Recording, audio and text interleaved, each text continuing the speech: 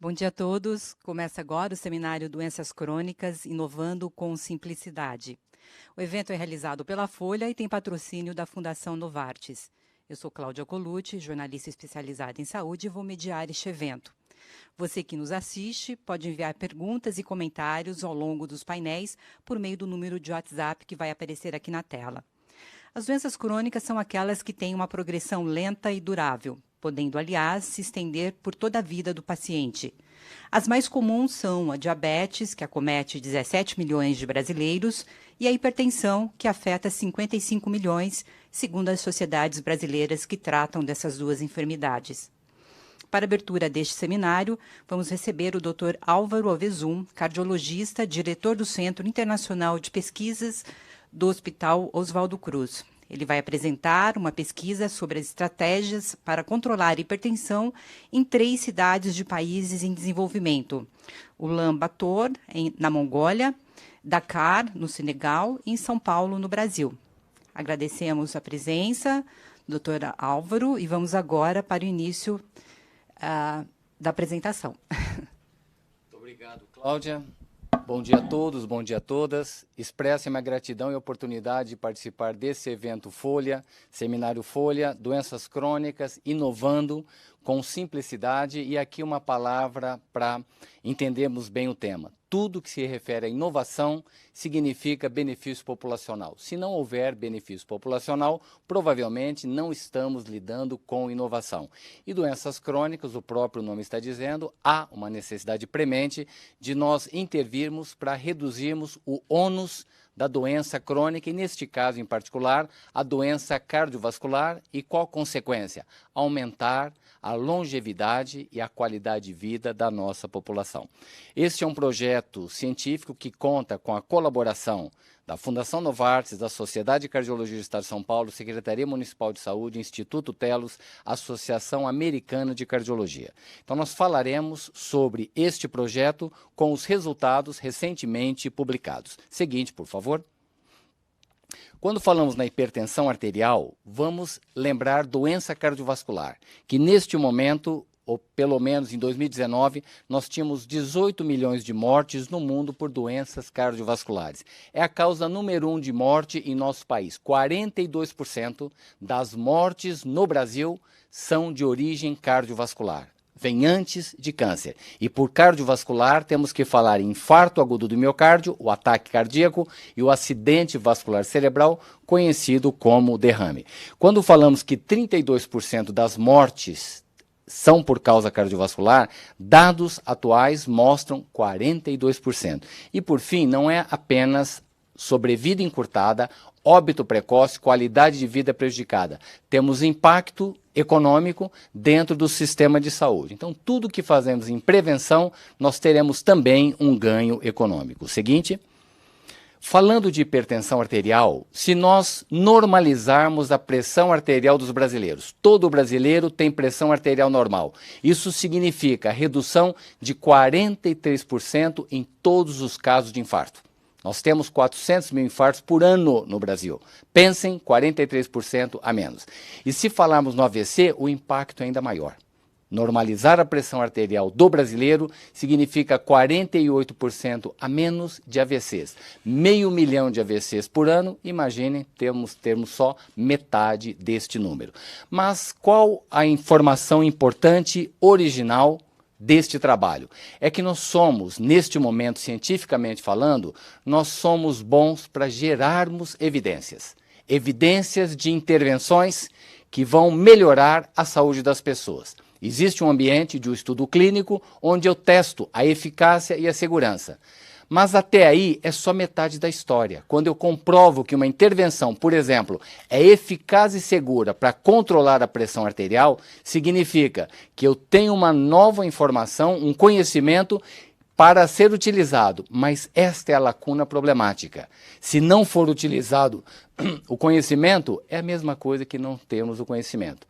E vejam esse slide que vem do estudo Pure, um estudo que é o maior corte prospectivo do mundo, que nós participamos no Brasil junto com a Universidade McMaster, 300 mil indivíduos seguidos por, neste momento, 16 anos. Quando falamos na hipertensão arterial no mundo, vejam a prevalência, 49%.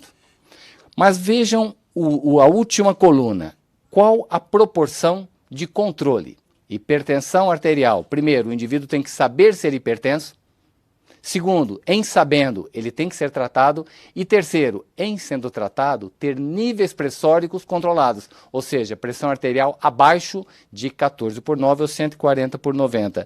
Em torno de 10% no mundo de controle de hipertensão arterial. A pergunta natural de vocês, e o Brasil? Seguinte, quando falamos seguinte, no Brasil, primeiro, a proporção, a prevalência de hipertensão no Brasil não é de 20%, 25%, não é. Esses dados vêm da cidade de São Paulo, 53% de hipertensão.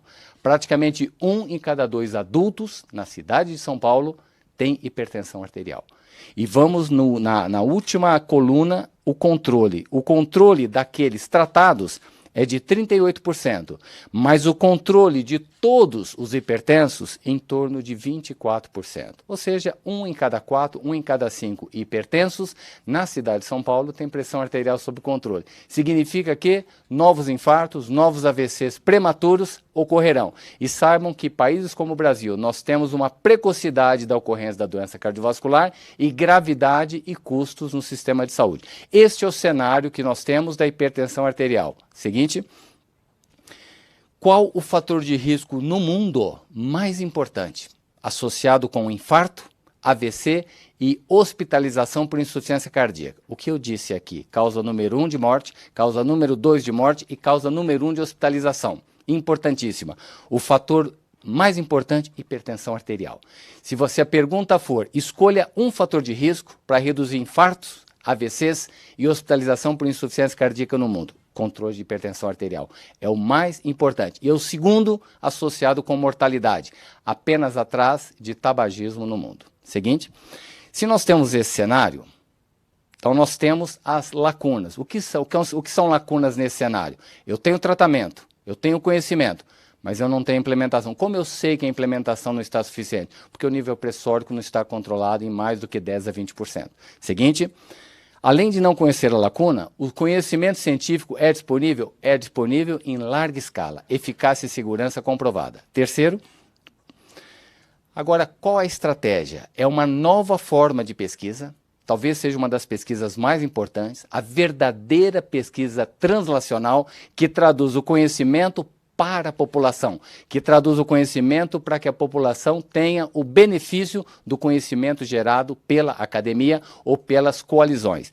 E nesse ponto nós não temos um caminho das pedras para seguir. Nós temos que testar para ver o que funciona dentro do cenário brasileiro para implementar um tratamento efetivo para controlar a hipertensão arterial no Brasil, começando, por exemplo, neste projeto com a cidade de São Paulo, que tem complexidade suficiente para merecer replicação em outros locais do nosso próprio país e, digo mais, em outros países também. Seguinte, o projeto denominado Cardio for Cities, ele tem como base você traduzir o conhecimento para a prática clínica. Ele tem 6 pilares principais.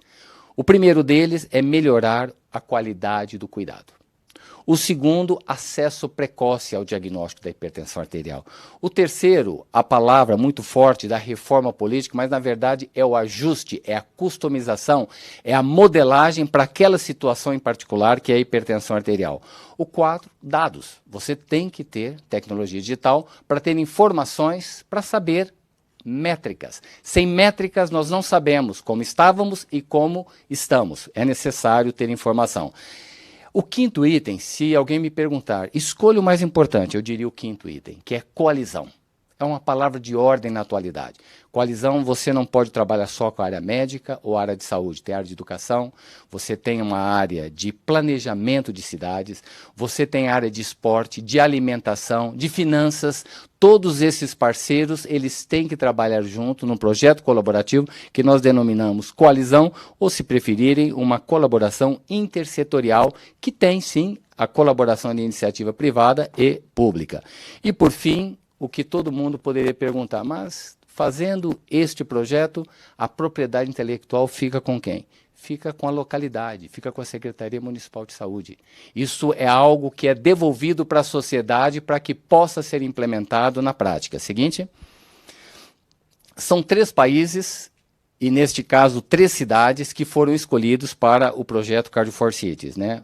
Ulaanbaatar, na Mongólia, Dakar, Senegal, e São Paulo, aqui, né, no nosso país.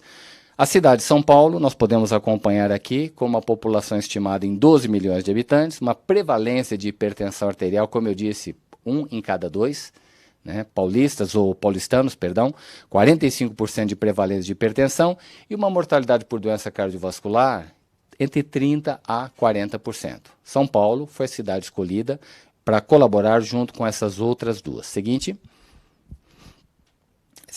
Obrigado. No início, todo projeto que trabalha com implementação na prática clínica, ele tem que ter escalabilidade. Você começa como sendo um piloto, ou melhor dizendo, uma fase de vanguarda, e a partir daí você vai aprendendo e vendo aquilo que funciona mais, o que funciona menos, e vai escalando para aumentar o número das unidades básicas de saúde. Então, este projeto tem como localidade, dentro da atenção primária, as unidades básicas de saúde. Começamos com 6 na região de Itaquera e vocês vão seguindo a linha do tempo em 4 anos para chegarmos até 162 unidades básicas de saúde.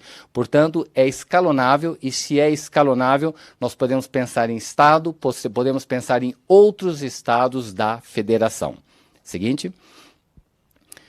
O impacto, indo direto ao resultado, com os 6 pilares, com ações que eu trago alguma delas. Existe um empoderamento, por exemplo, do farmacêutico no contato com o paciente.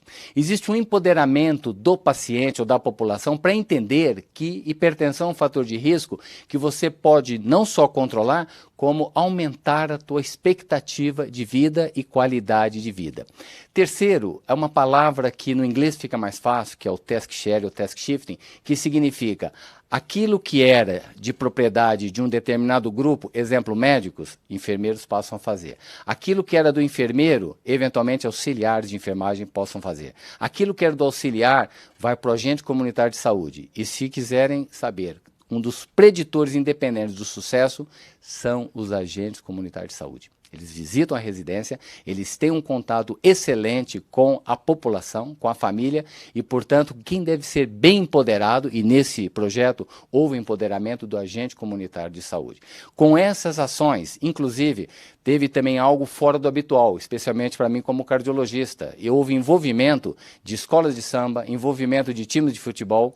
E, neste caso, fala, qual a finalidade? Você capilariza a informação e aumenta a oportunidade de detecção de hipertensos que não sabiam ser hipertensos, e é uma linguagem muito importante. E aí esse estudo trabalhou com algo chamado Design Thinking, que você cocria solução. Por que que é importante? Se nós sentarmos ao redor de uma mesa e se a nossa proposta de prevenção for a resultante da nossa conversa, pode até estar certo, mas não é suficiente. A cocriação significa que eu vou ouvir a comunidade para saber como ela entende hipertensão, como ela entende risco de hipertensão e como ela entende a solução virá dela. Então, a cocriação significa o nosso conhecimento, mas eu preciso ouvir. Sem isso, não há implementação eficiente de nenhuma estratégia em prevenção de doenças crônicas não transmissíveis. Temos que ouvir, sim, a população dentro do seu entendimento. É a chamada análise situacional. Portanto, eu vejo quem sabe ser hipertenso, quem está tratado e quem tem nível pressórico controlado. Com tudo isso, nós conseguimos algo que não estávamos prevendo: triplicar o controle pressórico. Partimos de um basal de 12% dos hipertensos que estavam medicados com o controle pressórico. Então, 12% apenas dos hipertensos tomando medicamento, talvez a dose, a adesão, tem vários fatores que podemos discutir. Em um ano, estamos discutindo final de 2018 até o final de 2019. Em um ano, saímos de 12% para 31%. E com esta mudança, vocês verão nos próximos slides, que já houve uma redução, uma atenuação nas hospitalizações por acidente vascular cerebral. Alta mortalidade, alta incapacitação, custos crescentes para o sistema de saúde. Em Dakar e Ulaanbaatar, houve também este aumento significativo. Então vejam que aqui o projeto já mostra que não é uma característica apenas para o Brasil. Ele é replicável internacionalmente. E o Brasil, com toda a sua complexidade, mostra que se funciona em São Paulo, certamente funciona em outros locais. Então vejam, em 15 meses, triplicar o controle pressórico. Nunca houve isso em outra intervenção. Ela é inovadora e pode ser que a gente consiga até aumentar mais esse número, ajustando o projeto cada vez mais. Seguinte. O impacto que eu comentei, controlou a pressão arterial de 12% para 31%, houve uma redução em 15 meses, um período curto. Como cardiologista, eu diria, é muito curto para você esperar a atenuação do AVC, mas já houve uma redução de 13% nas hospitalizações por AVC. E como eu disse, infarto também está associado com hipertensão arterial e redução de 12% em eventos associados à doença arterial coronária. Isto em São Paulo. E a consequência econômica é importante. Eu disse que um dos parceiros deve ser a área financeira. E mostrou-se ser custo efetivo. O que é custo efetivo? É um projeto que você investe e o ano de vida salvo por causa da intervenção, se for abaixo, nos Estados Unidos, de $40 mil, é tido como custo efetivo. No Brasil, nosso limiar é mais baixo. Quanto custou o ano de vida ajustado por qualidade? Ou seja, a pessoa vai viver um ano a mais com qualidade de vida. $784. Poucas intervenções em medicina são tão custo-efetivas quanto essa que está sendo mostrada aqui. Então, nós estamos falando, controlou a pressão, reduziu AVC, reduziu eventos de doença arterial coronária e impacto econômico para o sistema público. Seguinte.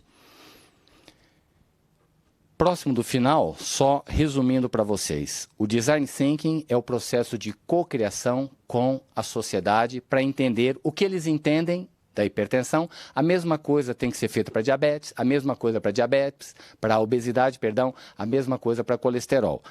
Análise situacional, nós temos que tirar uma fotografia, só se melhora o que conhece. Então, análise situacional, primeiro, nós vamos fazer um diagnóstico situacional para saber quantos indivíduos sabem ser hipertensos. Dá em torno de 64% do nosso material. 36% eram e não sabiam ser. E você vai ver depois, daqueles que sabiam ser, quantos estavam medicados. E daqueles que estavam medicados, quantos tinham nível pressórico controlado. E nós avaliamos isso em 3 pilares. O pilar sistema de saúde, o pilar profissional de saúde, incluindo o médico, e o pilar população. Cada um tem as suas nuances para a gente poder abordar por meio de uma solução potencial. Faz diagnóstico situacional para trazer a solução potencial baseada em dados, não apenas em percepções. Dados. Sem dados não há uma ação efetiva. E as coalizões estratégicas são fundamentais. Sozinho nós não vamos conseguir nada disso. Tem que ter coalizão por meio de uma colaboração e esforço coletivo. Seguinte. Para criar esse valor agregado, nós citamos os pilares e dentro dos pilares, a sequência, que eu diria receita de sucesso, detecção precoce, cada vez mais buscarmos ativamente. Nós não podemos esperar o hipertenso chegar com AVC no pronto-socorro. Segundo, otimizar a jornada do paciente. Vamos esquecer o paciente somente de alto risco. Tem que ser uma jornada ao longo da vida. Sem mudança ao longo da vida não há impacto sobre doenças crônicas não transmissíveis. Envolver a comunidade. Olha que interessante. Você tem os profissionais de saúde, mas ao mesmo tempo, se não houver o envolvimento da comunidade, não há empoderamento da mesma, o programa vai ser de pequeno alcance. Empoderar o paciente, o que significa isso? O paciente ser responsável pela sua própria saúde. É fundamental, não pode terceirizar a responsabilidade sobre a própria saúde. Gerenciamento baseado em evidência, ou seja, use dados comprovados, não dados promissores. Utilizar solução tecnológica que seja escalável. A tecnologia está aí para nos auxiliar desde que a gente as utilize. E, por fim, sempre tomar a decisão com base numa análise situacional que é baseada em dados. Seguinte, é o penúltimo slide. Seguinte, por favor. Existiu, isso é importante, né? E existe até o momento, reconhecimento não só nacional, como reconhecimento internacional do programa, porque ele mostrou ser factível e dando resultados que são importantíssimos para a sobrevida, para a expectativa de vida da população. Seguinte, este é o meu último slide. Como conclusão ou conclusões deste projeto, que é um projeto colaborativo, eu estou falando em nome de todos, absolutamente todos e todas que trabalharam e trabalham nesse projeto. Os fatores de sucesso, claro que pode existir mais do que esse, mas que são importantes para salientar. 100% de alinhamento com a autoridade local. Então, o programa tem características de customização. Ele não traz uma coisa nova que vai atrapalhar o andamento do sistema público. Ele tem um alinhamento e ele colabora. Ele está num esforço coordenado com a iniciativa local. Portanto, ele não muda, ele apenas alinha e torna ainda mais efetivo. Segundo, a coalizão. Sem coalizão, sem essa colaboração intersetorial, não há o resultado esperado. Avaliação situacional. Nós não podemos tomar decisões sem tirarmos uma fotografia do que está acontecendo. Processo co-criado inclusivo, ou seja, a população é participante ativa dessa colaboração e dessa intervenção. E o foco é sempre na população, sistema de saúde e profissionais de saúde, é o tripé. E as mensagens principais, para nós finalizarmos aqui, o projeto ele foi testado ainda dentro de adversidade, de uma pandemia também.